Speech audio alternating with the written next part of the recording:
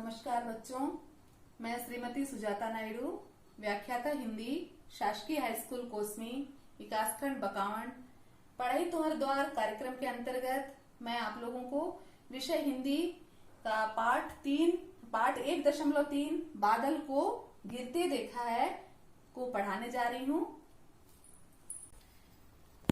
बच्चों, बादल को गिरते देखा है कविता को पढ़ाने से पूर्व मैं श्री नागार्जुन जी के बारे में आप लोगों को बताऊंगी कि श्री नागार्जुन जी का जन्म कहाँ हुआ और उन्होंने कौन कौन सी रचनाएं लिखी, उनका भाव पक्ष क्या था, उनका कला पक्ष क्या था।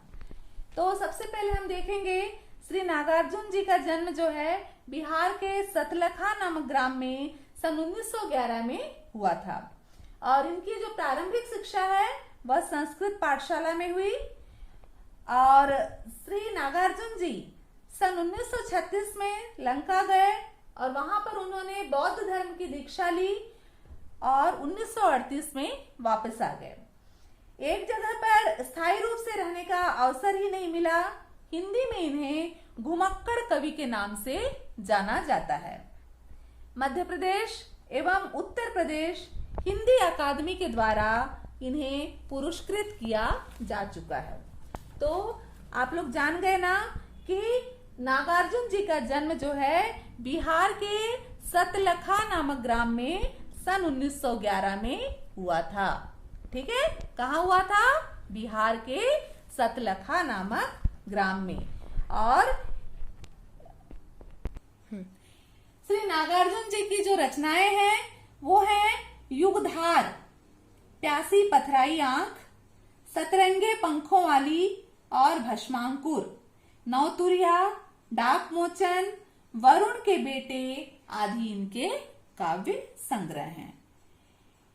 अगर हम इनके भाव पक्ष को देखेंगे, नागार्जुन जी के भाव पक्ष को जब हम देखते हैं तो हमें मालूम होता है कि इन्होंने जो है हिंदी और मैथिली दोनों भाषाओं में कविताएं लिखी। कृषक जीवन की जो पीड़ा है इन्होंने उसे अपनी कविता का विषय बनाया और इनके काव्य में मुख्यतः मानव संघर्ष और लोक जीवन के अटूट विश्वासों का काव्य है। इनके काव्य में कहीं पे हमें निराशावादी दृष्टिकोण नहीं दिखाई देता है। उन्होंने जो रचनाएं लिखी थी वो मैथिली और हिंदी दोनों भाषाओं में लिखी थी और इन्होंने जो है कृषक जीवन की जो पीड़ा होती है, किसान की जो पीड़ा होती है, उस पीड़ा को अपने काव्य का मुख्य विषय बनाया और इनकी कविताओं में कहीं पर भी निराशावाद हमको नहीं दिखाई देता है। अब हम आएंगे उनके भाव पक्ष, कला पक्ष पर। नागार्जुन जी का जो है भाव पक्ष जितना पुष्ट है उतना ही उनका कला पक्ष भी सशक्त है। इन्होंने अपने काव्य में अनेक छंदों का प्रयोग किया और अपनी रचनाओं में इन्होंने हिंदी के अतिरिक्त उर्दू, संस्कृत को भी महत्व दिया।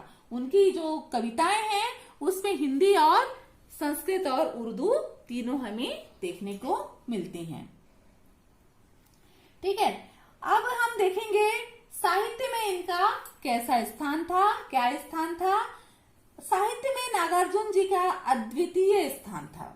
ठीक है, आप किसी वाद या खेमे के साहित्यकार ना होकर कबीर और निराला की परंपरा के कवि हैं। आपको नई कविता का पुराना कवि कहा जाता है। ये हमने देखा श्री नागार्जुन जी के बारे में, उनके जीवन परिचय को हमने देखा। अब हम आते हैं कविता पे। अब हम कविता के अर्थ को समझेंगे।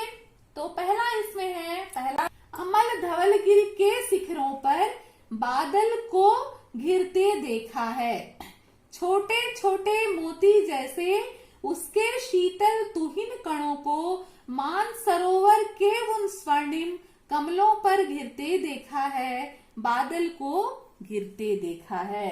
बच्चों, इस कविता को हम समझेंगे, इसके अर्थ को देखेंगे कि इसमें कवि कहना चाह रहे हैं। कवि कहते हैं कि मैंने निर्मल श्वेत पर्वत चोटियों पर बादल को घिरते हुए देखा है और उन बादलों में से निकलने वाली मोती की बूंदों जैसे ओश कणों को मानसरोवर तालाब में खिले स्वर्णिम कमलों को गिरते देखा है। स्वर्णिम कमल पर गिरते हुए मैंने देखा है। उसके बाद पुनः आकाश में बादलों को गिरते हुए देखा है। अब बात आ रही है यह स्वर्णिम कमल क्यों है? स्वर्णिम कमल, स्वर्णिम कमल का मतलब होता है मानसरोवर झील पर जो जब सूर्य उगते हैं, है ना, मानसरोवर जब झील पर उगते सूर्य की लालिमा कमल के फूलों पर जब पड़ती है तो उस लालिमा से कमल का पुष्प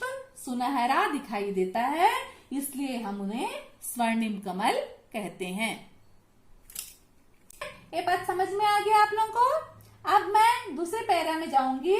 दूसरा है छोटी बड़ी कई झीलें हैं, उनके श्यामल नील सलिल में समतल देशों से आकर पावस की उमस से आकुल तिक्त मधुर विषतंतु खोजते हंसों को तिरते देखा है, बादल को घिरते देखा है। कवि ने इसमें भी प्राकृतिक तत्वों का वर्णन किया है। कवि कहते हैं कि धवल हिमगिरी पर कई छोटी बड़ी झीलें हैं, है ना, और उन झीलों के काले नीले जल में पावस की उमस से व्याकुल जो पक्षी हैं कीड़े मकोड़ों को खोजते हुए आते रहते हैं, और इसी झील में हंस भी तैरते हैं, इसी शिखर पर बादल गिरते हैं। तो प्रकृति का बहुत ही सूक्ष्म चित्रण किया है इसमें कवि ने, और बहुत सुंदर ढंग से इसे हमें समझाया है। आज के लिए बस इतना, है ना? ठीक है, समझ में आया आप लोगों को? धन्यवाद।